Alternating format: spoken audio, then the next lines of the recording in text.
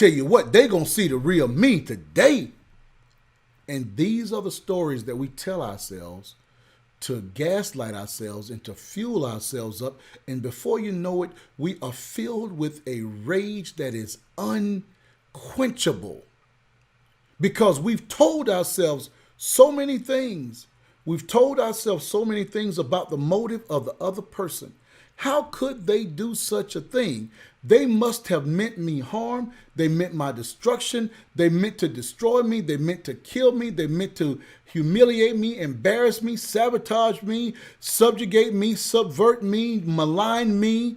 They meant all of these things. And these are the stories we're telling ourselves. So no wonder we cannot get past it. No wonder we cannot get past it. Sometimes the motives that you think may actually be true. But sometimes, and I believe it's more often as not the case, that sometimes it's good people that have made some bad, horrible decisions in their life. They've chosen their words unwisely. They've chosen their actions equally as unwisely. They messed up. They made some mistakes, and they wish they could take it back. Haven't you done some things, or haven't you said some things that it's like, man, I shouldn't have said that, but hey, it's said now. I can't. I'm a man. I can't go back. I'm a Jones. Joneses don't apologize, or I'm a Davidson. Davidsons, we hard. We stand our ground. Or I'm a Rumpelstiltskin. Rumpelstiltskins, we never apologize to anybody about anything at any time ever. So you've said something that you regret saying no sooner that the words have rolled off of your lips, but because you are a Jones, a Davis, a Rumpelstiltskin, you cannot go back and say two words. I'm sorry. Forgive me. I'm wrong.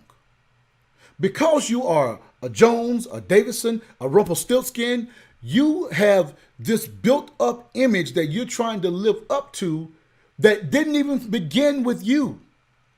You're trying to live up to the image that has been propagated to you by somebody who told you that this is what we as a people, this is how we act. This is how we comport ourselves. We don't nobody, we don't play. We don't play. And so here you are trying to live up, or rather down, to some horrible legacy that's been forced on you by somebody who's been irresponsible with their words. I'm telling you, saints of God, that is not what God wants for you. God wants more for you than that. God wants more for you than for you to be constantly trying to remember who I'm supposed to be mad at today. God wants so much more for you than for you to try to remember who. Now what am I upset about now? I know it's something, but so you go, and I don't know quite what it is, but I'm just not going to talk to her because she did something, and it had to be bad because it couldn't have been me. So it had to be her. So because I can't quite put my finger on it, but I know it was something, so I'm just going to give her the cold shoulder. And so action meets action meets action. Next thing you know, you haven't spoken in 20 years. And nobody even remembers what the root cause of the issue is. And now a great relation, what once was a great relationship, has been destroyed because of unforgiveness. That's a shame, and that ought not to be. That is a shame, and that ought not to be. That is not what God wants. That is not what God wants. When you give God a pattern of forgiveness, Lord, when I've done wrong, this is how I want you to forgive me. Forgiveness. Yeah, that part, the hard part. We don't want to talk about it, but we all need it. Hey, this is what I want you to do. I want you to like this video. I want you to subscribe to this channel.